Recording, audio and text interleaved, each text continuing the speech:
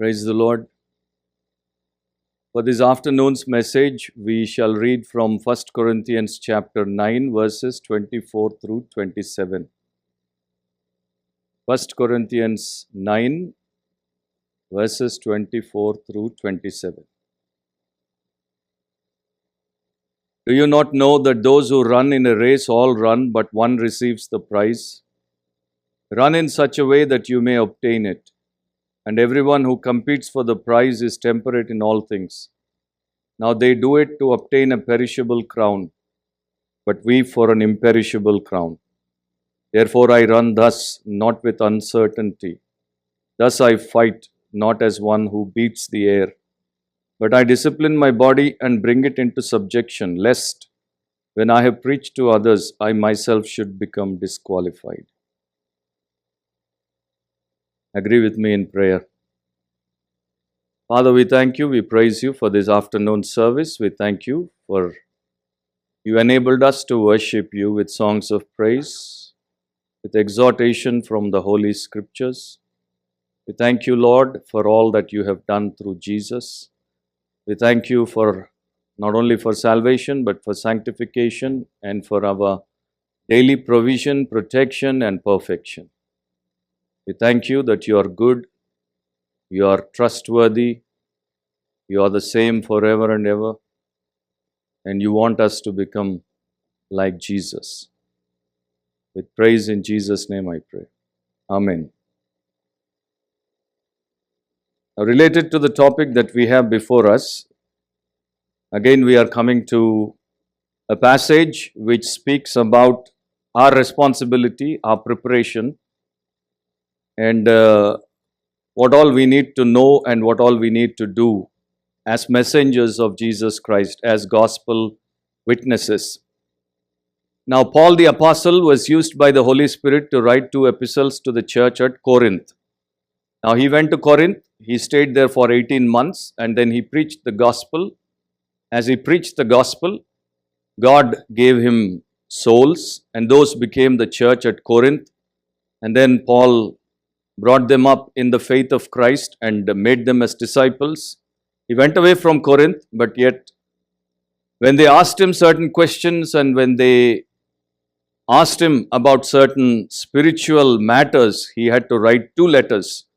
And that's what we find in the New Testament, the first epistle to Corinthians, the second epistle to the Corinthians. In 1 Corinthians chapter 9, what we notice is Paul is speaking on a personal level.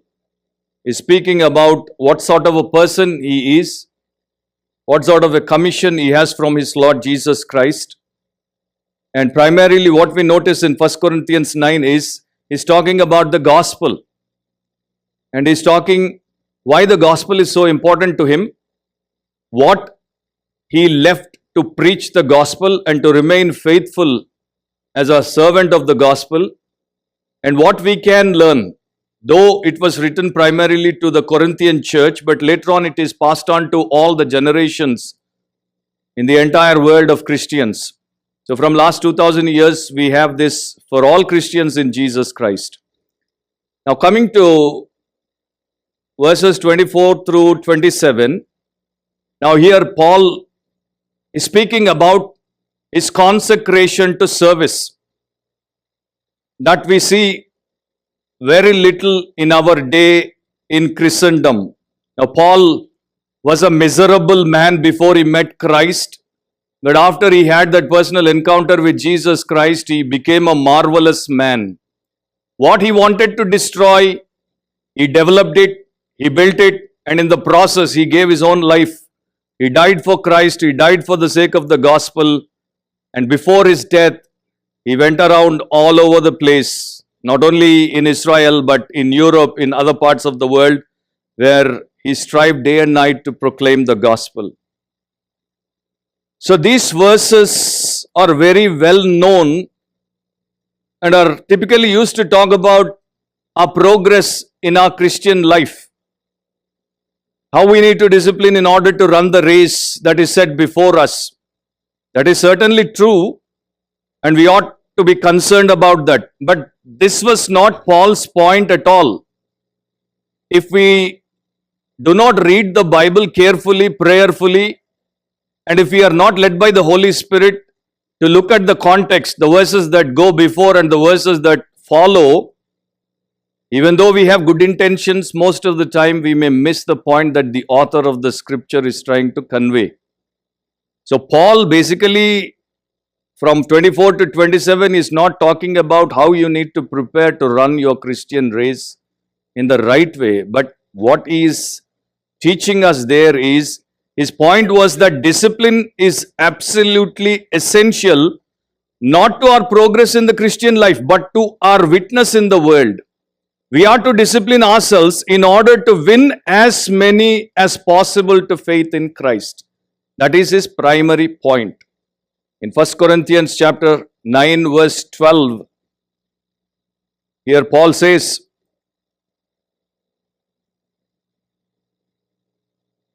if others are partakers of this right over you, are we not even more?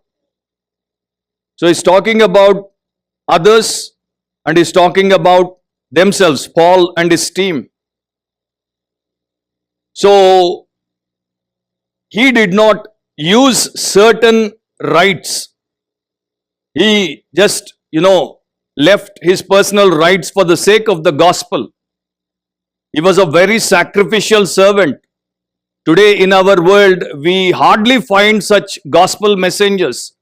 We hardly find such servants of God. We hardly find such church pastors who sacrifice themselves, who sacrifice all that they have for the sake of the propagation of the gospel of the kingdom.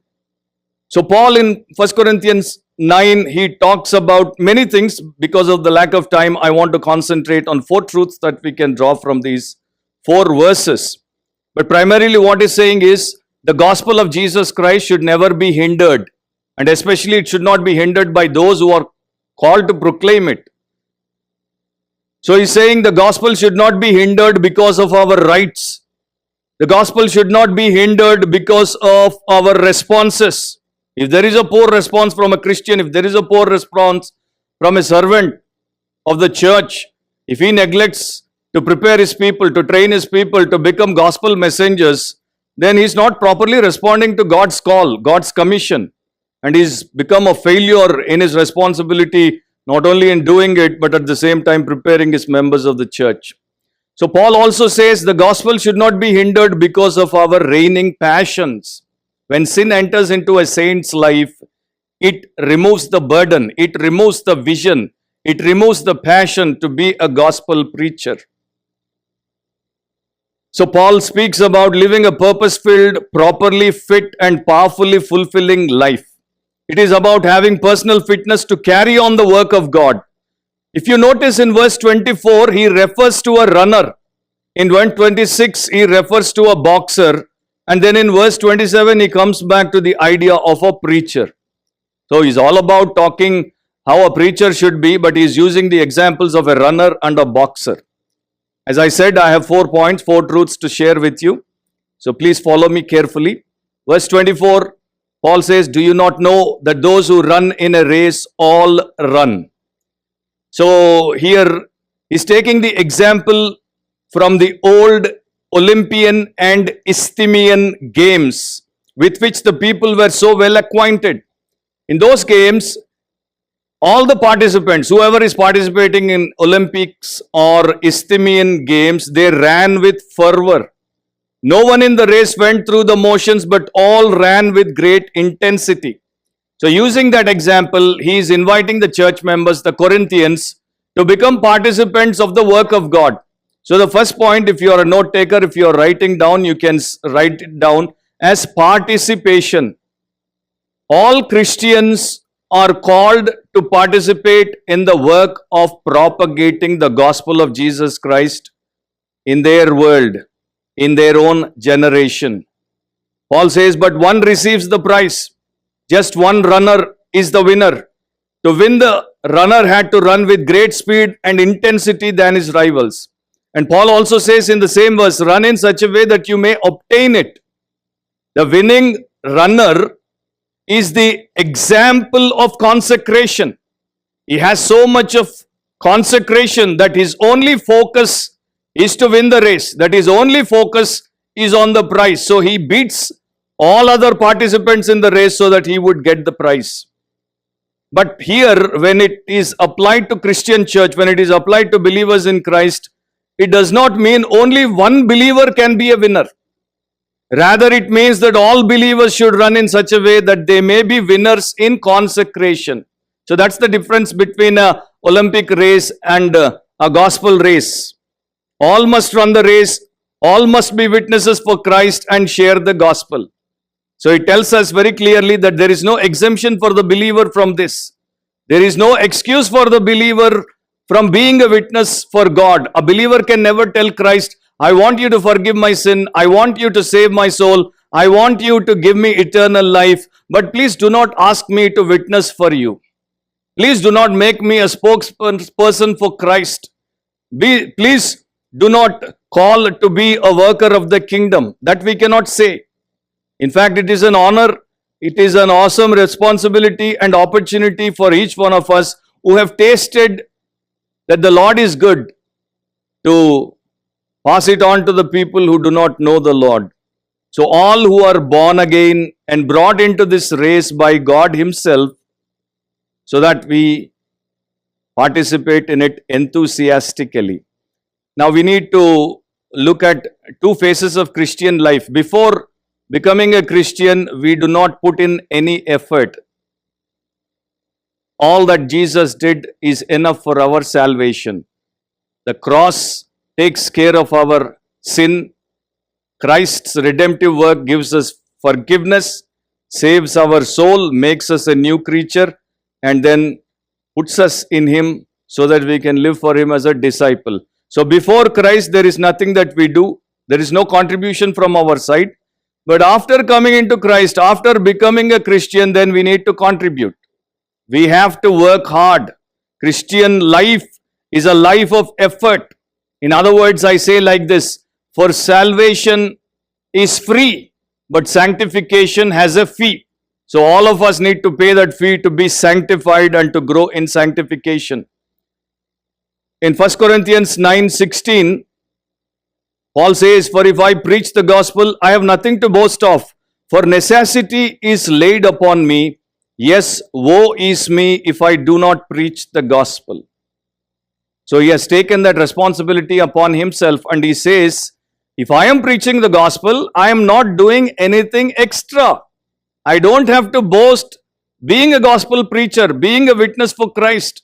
We cannot beat our chest and say that I am doing much more than all the other people who are in the church. There's nothing that we need to boast of, because necessity is laid upon us, and if we do not preach the gospel, it will be an woe to us, or it will be a curse upon our lives. I don't know how they pronounce. It's a Chinese person, Chinese name. Along with two other terrorists, three terrorists, they went on a killing spree. They killed some people, and then when the police came, they had to run for their lives. So they went into isolation, they went into hiding for several months in 1997. When the police came in search of them, they found the two other accomplices of Chen and they killed them. When they got killed, Chen was, he was not only shocked, but he was scared. In the process, what he did was, in 1998, he took a diplomat and his family as hostage. And he took them to a place, and Taiwanese police went in search for them, and then finally they located the location, and suddenly they came in and they started firing. In the firing, the diplomat's family members got hurt, and Chen also got hurt. So they caught hold of him and they put him in prison. When he was with the diplomat's family, he wanted to commit suicide because he was under great depression. But the diplomat, he spoke to him in love, made him sit down, and made him understand that he is created by God and his life is precious to God, and Jesus loved him and died for him. So he should not commit suicide, and he should not end his life in such a horrible way, but rather he should ask God to forgive his sin, commit his life to God, and God can give him a new beginning. So Chen was moved by this great act of love from the people whom he took as hostages. So he was later put in jail in 1998. This family, this diplomat's family went to the jail and visited him and prayed for him and then gave him a Bible. And they said, read it and then it will give you comfort, it will give you peace and it will give you hope for the future. After a few months, Chen became a Christian. A terrorist became a Christian because a diplomat and his family took the risk of sharing the gospel to him while he was about to take their lives. That's what is known as consecration to Christ and to his cause. The second thing that we want to see is verse 25, where Paul is talking about perfection. Paul is talking about perfection, and everyone who competes for the prize is temperate in all things. He's still using the analogy of a runner. He says when a runner is taking part in the race, the first thing that he would do is he will keep himself under self-control. He may be allowed to do many things, but he's not going to do everything that is going to hamper his race and that is going to stop him from winning the prize. In the KJV Bible, it says, striveth for mastery. So he who striveth for mastery is temperate in all things. Now all those who want to have mastery in their Christian life and work must run the race with the same dedication and intensity as the winning runner. Now as a Christian, I've been born again in 1990. I've completed 35 years of my Christian life and I'm serving God from last 34 years. And I have seen very few Christians who want to become masters in their Christian life. Or in other words, they strive to have mastery in their Christian life. They strive to have mastery in their Christian ministry. They are lazy. They are lukewarm. They are comfortable with their Christian life. They are comfortable with their Christian ministry. They do not have this, urge to grow. They do not have this urge to increase. If you take them as a student, they have that for their studies. If you look at them as a professional, they have it for their profession. If they are in business, they have it for their business. They want to excel in their education. They want to go up in their profession. They want to make a lot of money through their business. But the same urge, same passion is missing when it comes to Christian life and Christian ministry. But here it is in the Bible, in the Holy Scriptures, that God wants this for Christians to live as excellent Christians and excellent ministers of the gospel. But many believers, unfortunately, today are lethargic about both their Christian life and their Christian ministry. So Paul is talking about mastery or expertise or skill. Now I want to be a gospel preacher, but I do not have the skill to be a gospel preacher. So what should I do? I should train myself to be a skilled gospel preacher. If I have to give you my testimony, 35 years ago, I was a reserved type of a person. From my childhood, I was a vivid book reader, or I would rather say a bookworm. I lived in the books. So I read and read and read. If I get vacation, after my examination, if I get 2-3 months of holidays, I would stay and read 4 books in a single day. So sometimes my mother used to say, why are you sitting at home? I am bored by looking at your face. You are not even a girl to sit at home. You are a boy. Please go out and see the world and be ready for the world that is going to, challenge you in the days ahead. So I was like that. But then God saved me. I was a reserved type of a person. I did not like meeting with people. I did not like being with people. I am very happy to live in the world of books, but that God gave me that burden to witness. And then I had to struggle to come out of my own self. Then I understood the principle that Jesus gave in Matthew 16:24 when he said, if any man desires to follow me, he must first deny himself, take up his cross, and then follow me.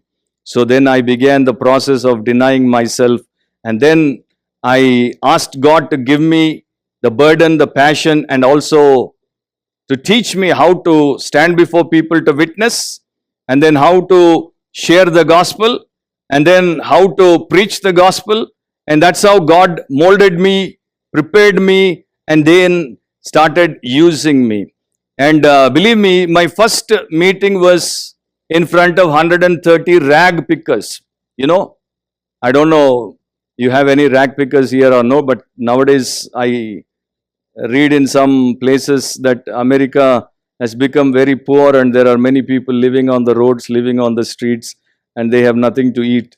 In Hyderabad, in Secunderabad, all around Secunderabad station, all around Nampalli station, and all around Kachiguda train railway station, you will find thousands of rag pickers, people who live on the roads, pick rags with their garbage bag and go and live in the park. So there are drug addicts, there are rowdies, there are murderers, there are all sorts of people in those rag pickers. So my first testimony or witness was given to 130 rag pickers in a school, SPG school, which is in front of Secunderabad railway station.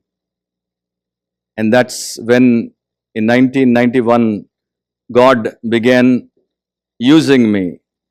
And then I understood that I need to prepare myself. You see, to become a great doctor, you must master your profession. To become a great lawyer, you must master it. To become a great engineer, you must master it. To become a great sports person, you must master it. Similarly, to become a great soul winner, you must master the art of soul winning. There is so much taught in the scripture.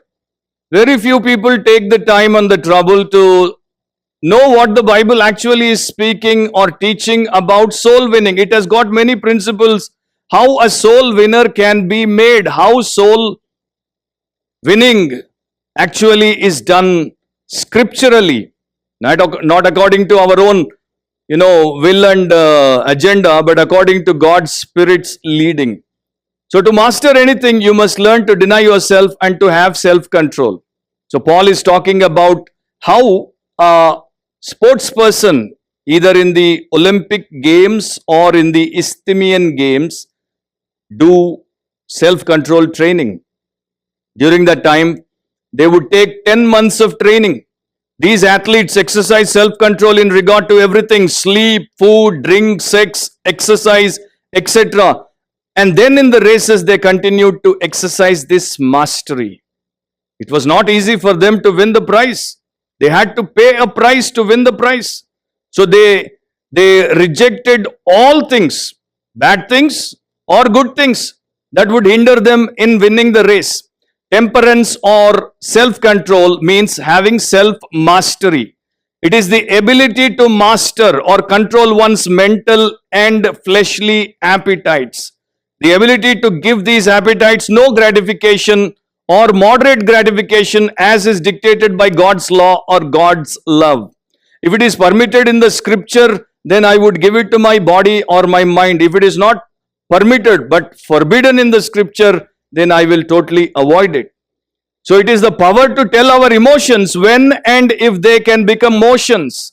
It is the mastery of the spirit over the body, of the intellect over the emotions. If a sports person is training himself to win a prize that is going to perish away, then a soul winner must do all the more to gain a prize that is never going to perish.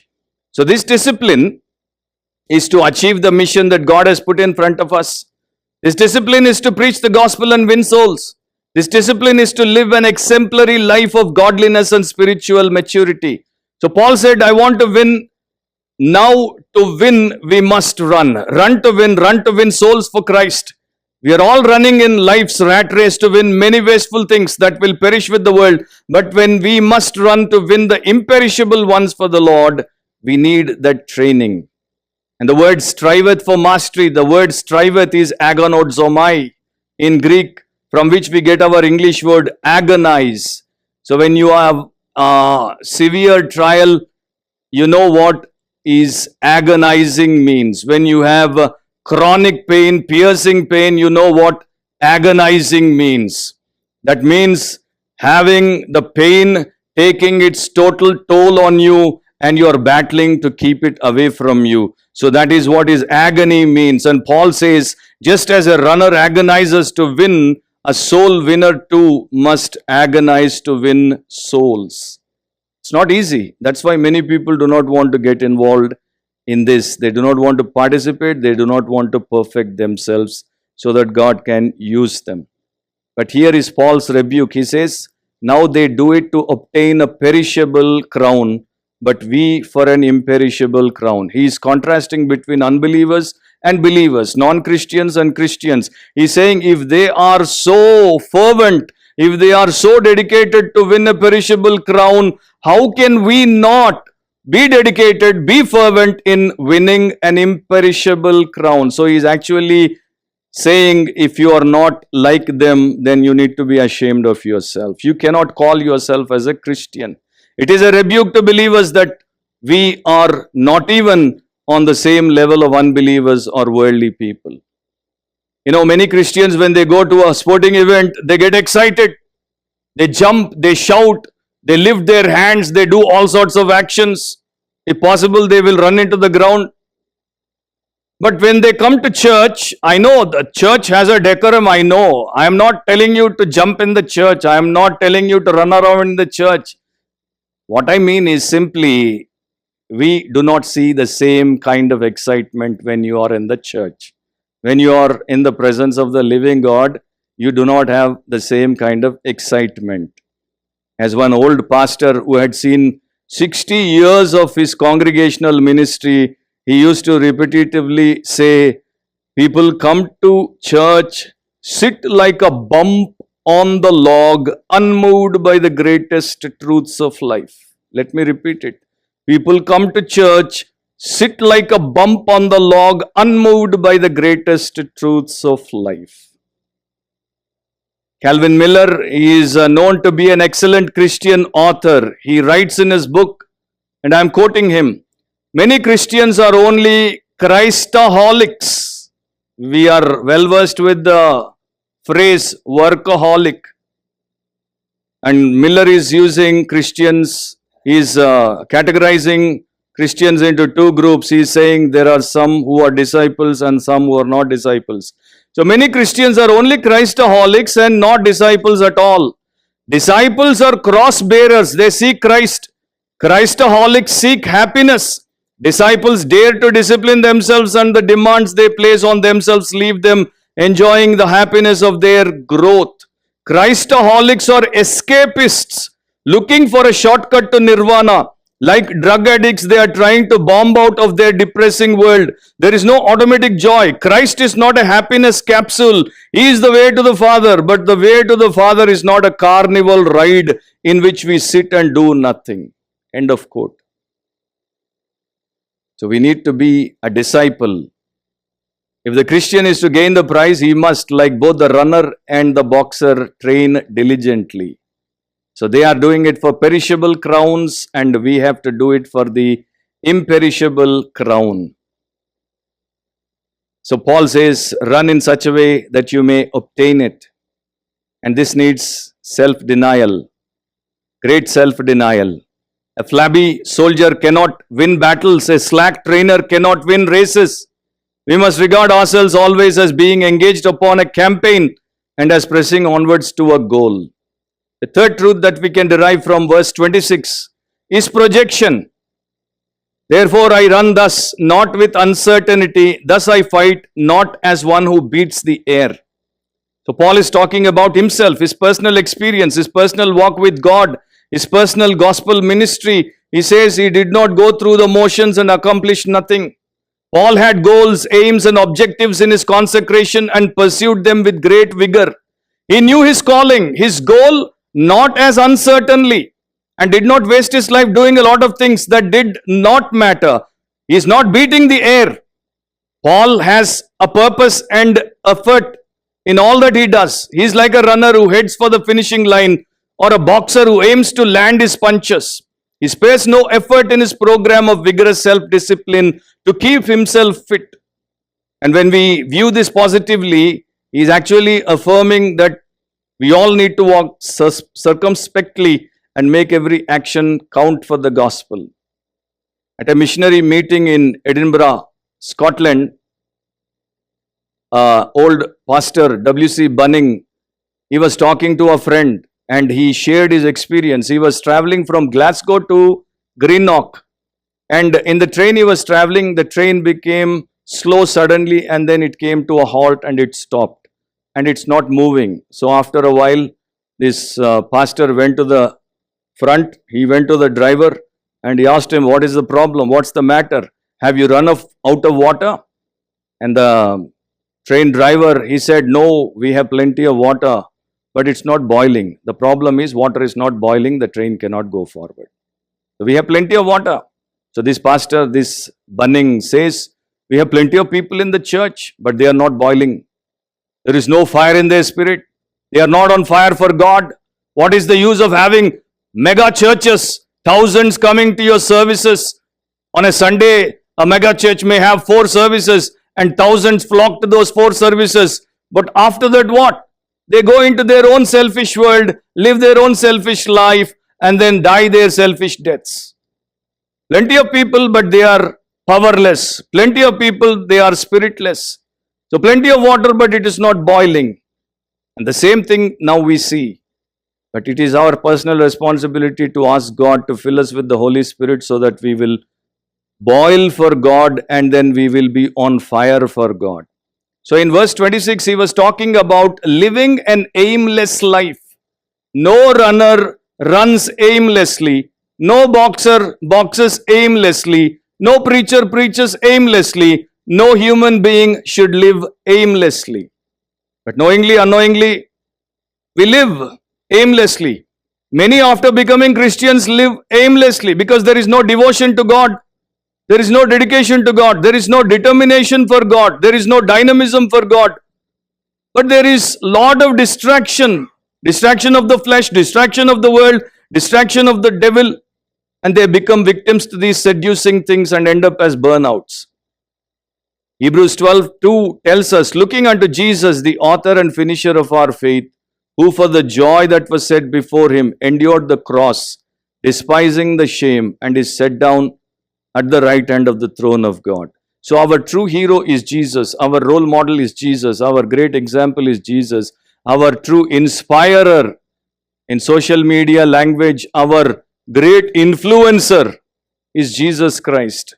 All that we need to do is every day we should see him with a focused heart, see him with a fervent spirit, and see him with a faithful Christian life. That's enough for us. Jesus will make the difference and Jesus will change us. And then we will be redeemed from this aimless living. I'm reminded of the great servant of God. He was a great sports person, but then he became a great servant of God. After Olympics and his graduation, Eric Liddell returned as a missionary to China. He was born to a parents while they were living in China in 1902. When the Japanese occupation made life dangerous, he sent his pregnant wife Florence and their 2 daughters to Canada. So Eric was all alone in China. Japanese invaders placed him in a squalid prison camp without running water or working bathrooms. There, separated from his family, Eric lived several years before dying at age 43. In 1944, a year before Eric Liddell died, Winston Churchill, then Prime Minister of Britain, approved a prisoner exchange. So in the prisoner exchange, as a famous athlete, Eric was granted freedom to return home. But instead, this great man of God, he gave his spot to a pregnant woman. He remained in the prison. He allowed her to go back home and he died there. Upon learning of Eric's death, it was not just Scotland that mourned. All over the world, people who had been inspired by him in Olympics and in the Christian life joined the mourning. What a man and what a life. So Paul is a great example before the Corinthians, and Paul and people like Eric Liddell's are great examples before us. Don't worry, God is not going to call each one of us to become a martyr like him. God is not going to send each one of us to a prison. He's not going to allow that kind of severe persecution into our lives. That's only for the gems of glory, not for all of us. We are common people, we are lay people. God only wants us to be faithful to his call. So Paul is talking about participation, then perfection, and then projection. And finally, verse 27, the last truth, that we can take out from this verse is prevention.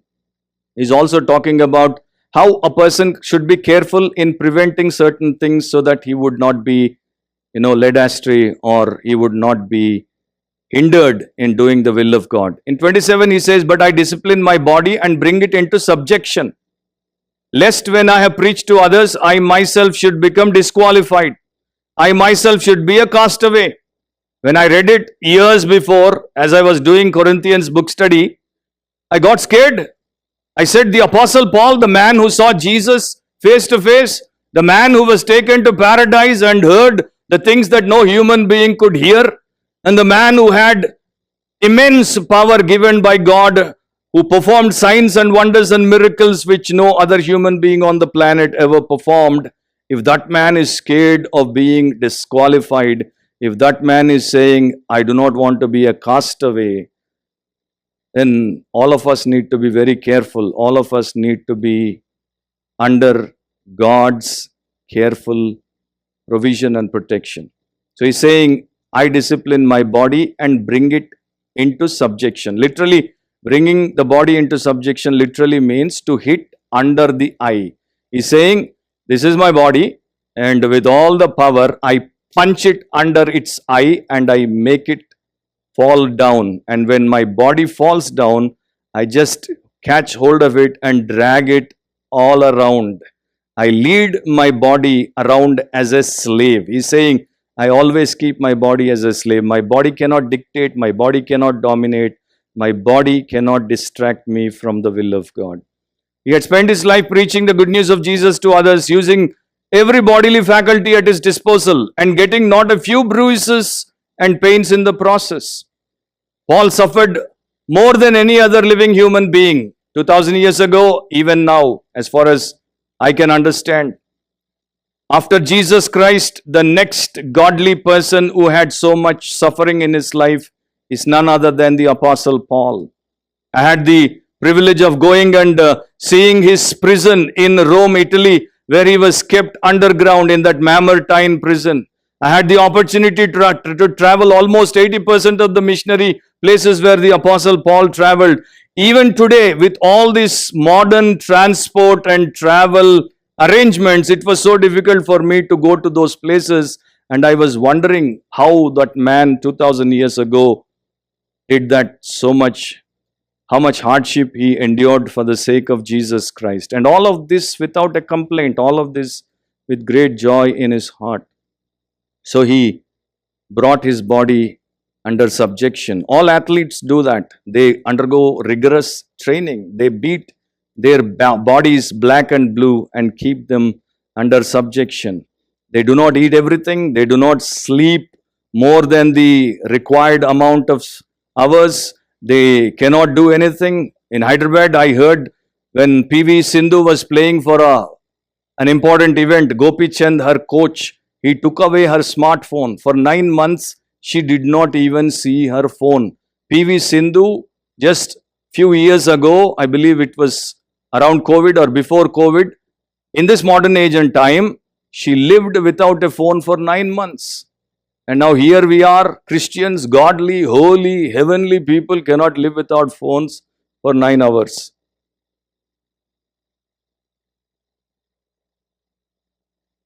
So Paul teaching us how we need to discipline ourselves. Our only goal is to do God's will, accomplish much for the kingdom of God. Once we leave this planet, once we enter into glory, there is nothing much that we can do which is going to be counted. Of course, there is work in heaven. For eternity, we will worship God, we will serve God. We are not going to go around, without any work. That's there, that's a different thing. But the commission that we have here is altogether different. Like a piece of wood in a pond, a Christian can float on the surface of sin and not get too wet.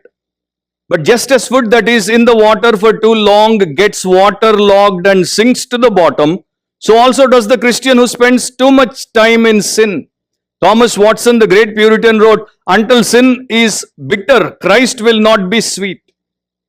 That's a truth that transformed my life years ago. Until sin is bitter, Christ will not be sweet. Now, if sin is sweeter to me, then Christ will become bitter to me. And that's the case with many people. Secondly, Paul is saying, I myself should not be disqualified. He's not talking about losing his salvation. He is speaking of his call and service for the Lord. He does not want to stand before God, before Jesus, as an ashamed servant. Paul's fear was not that he might lose his salvation, but that he might lose his crown through failing to satisfy his Lord.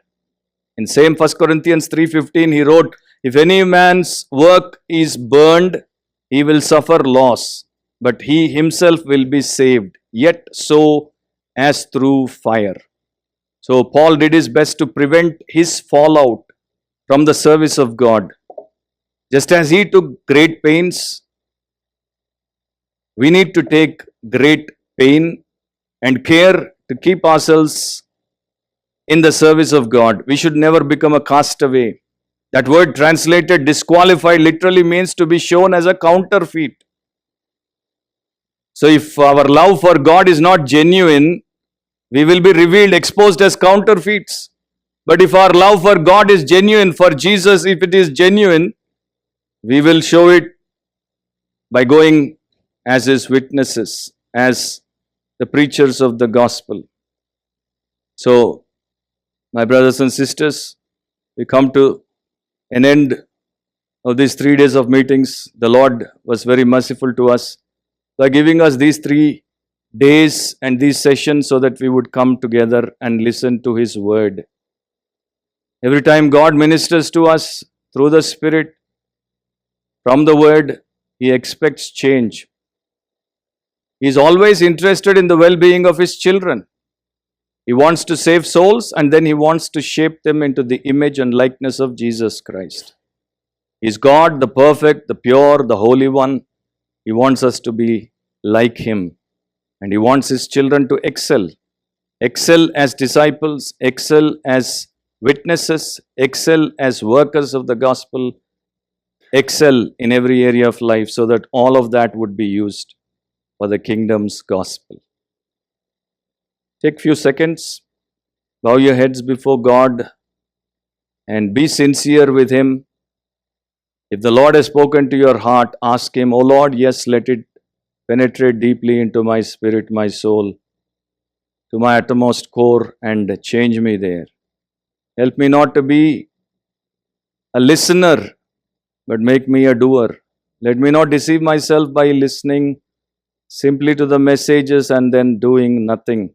But help me, every time I listen to your word, help me to change myself, to repent of my sin, to let go of those things that are not right in your sight, things that hinder my relationship, my fellowship with you, and things that take away the edge from my life as a Christian witness. Dim the light that you have put in me. Help me to shine for you. Help me to strive for the gospel." Loving Father, we thank you, we praise you. You are good, you are faithful, you are long-suffering, and you are a God of second chances. That's why you are continually talking to us, continually coming back to us, ministering to us, and reaching out to us, and then trying to redeem us, and then help us to become like Jesus.